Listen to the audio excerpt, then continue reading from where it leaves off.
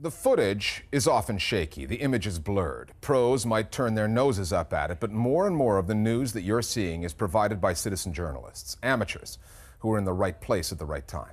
What happened this past week in Nairobi was just the latest example of a phenomenon that has affected news coverage from the Arab Spring to the bombings at the Boston Marathon.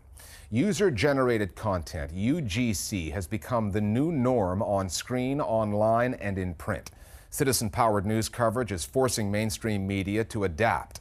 And now a new layer of news operatives, intermediaries, has emerged, sourcing content, verifying its authenticity, even training citizen reporters on the basic needs of the newsroom. The Listening Post's Will Yong now on amateur hour in the news business, and the middlemen out to help just about anybody to commit an act of journalism.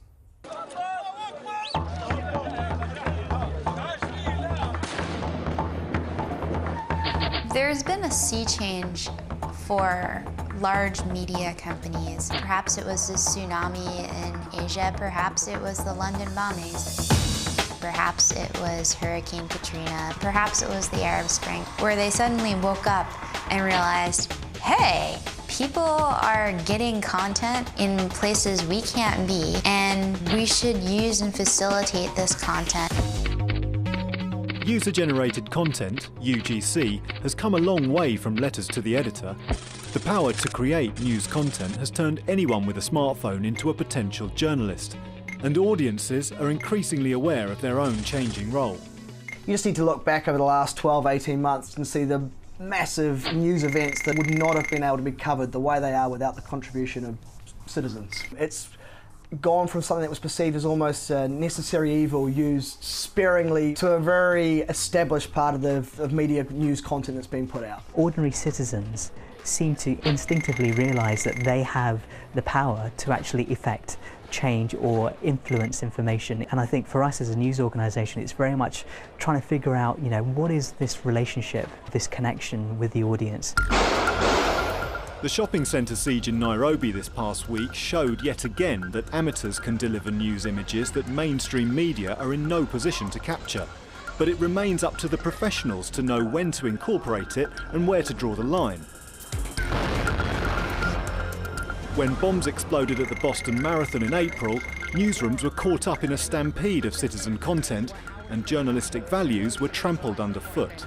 Julia, we're getting some conflicting reports about an arrest. The misreporting and rumors that came out from citizen reports of the Boston bombings were actually quite alarming.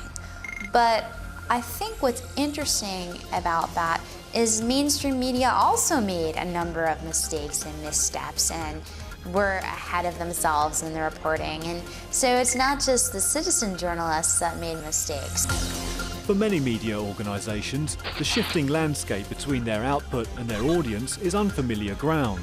Bringing order to this uncharted territory is a new generation of user-generated content middlemen, companies like Demotics and Newsflare, working with citizen reporters to get them the best deal for their photos and videos. Where Demotics first made a splash was in 2009 and the back of the elections in Iran, when news organisations were restricted, Reuters were unable to shoot there. There was a boom with regards to the use of social media, pictures being put up on places like Facebook, Twitter and Flickr and what have you. What we tried to do was to harness that and getting in touch with those people on the ground in Iran. The key difference that Newsflare makes for established news organisations is that we identify the signal from the noise. There's reduced friction at both ends, both in terms of the contributor and the publisher and broadcaster that buys the clip, so that the public gets to see that really meaningful content quickly. This is a heavy, difficult job that you don't want to have to do as a news organization, because you're going to have to devote tremendous resources. So if somebody else can do it for you and do it for you on deadline, then you're in a good position. These new age news outfits are also developing relationships with their contributors, providing virtual tutorials over the web to sharpen their media skills. According to them, it's an investment in the future of news, one which is paying off for photographers like Mahmoud Ilayan in East Jerusalem. I heard about Demotics through a friend of mine more than 3 years ago, and I still send them pictures today. I emailed them and they agreed to take my photographs, and so I started seeing my work in global media outlets, not just local ones. I'm still learning, and I'm always given comments and criticism to develop my work. I've worked with Mahmoud for quite some time now, for about 3 years. At the very beginning, he was basically going out with a camera and just shooting everything he thought was news. And then through the process of Demotics, for instance, his upload became more focused on the issues, so he was getting closer to the subject. He was also photographing more newsworthy events. What was once an online free-for-all is now a growing arm of the media market. But with amateur journalists now getting paid for their work, might the rewards mean citizen reporters tailor their content to suit the biases of potential buyers?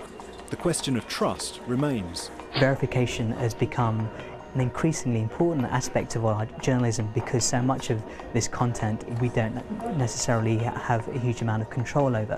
What remains the best way for us to verify content is ask them some basic questions. Who are you?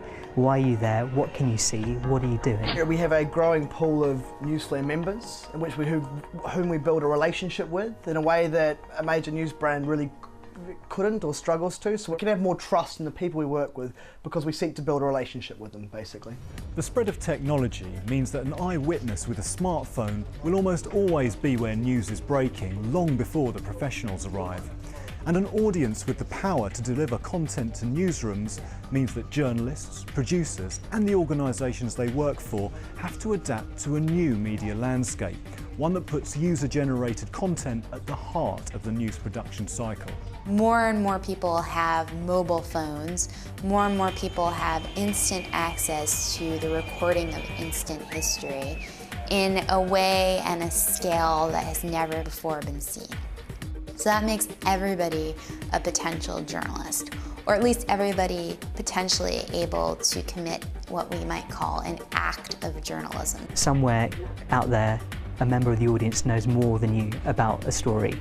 They will help you tell the story better, and they will help you tell the story quicker. I think it's given journalism the shot in the arm that it needed. It's provided journalists with more tools to go and source stories from the actual sources themselves, coverage that traditional mainstream news organisations could no longer provide. The warning I'd offer to providers of news around citizen content is the biggest risk not engaging with it and bringing it to the forefront of your news coverage. Ignore it at your peril. More Global Village voices now on the pluses and potential minuses of UGC. News organisations have changed so much over the last few years, and this group of people that we used to call the audience are now sending in their photos and their videos and their stories.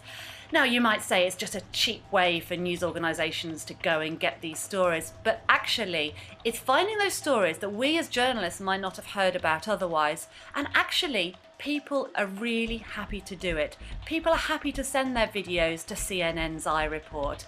People are happy to share their photos with The Guardian. They're not expecting money in return, they just want their story told. This kind of citizen journalism, and it absolutely deprofessionalizes journalism. That's not to say there isn't some value in it, and it can't unearth the occasional story, but we have to ask ourselves at what cost. One of the problems with these citizen journalism platforms is that it's a Trojan horse for untrue information to spread and infiltrate our media system.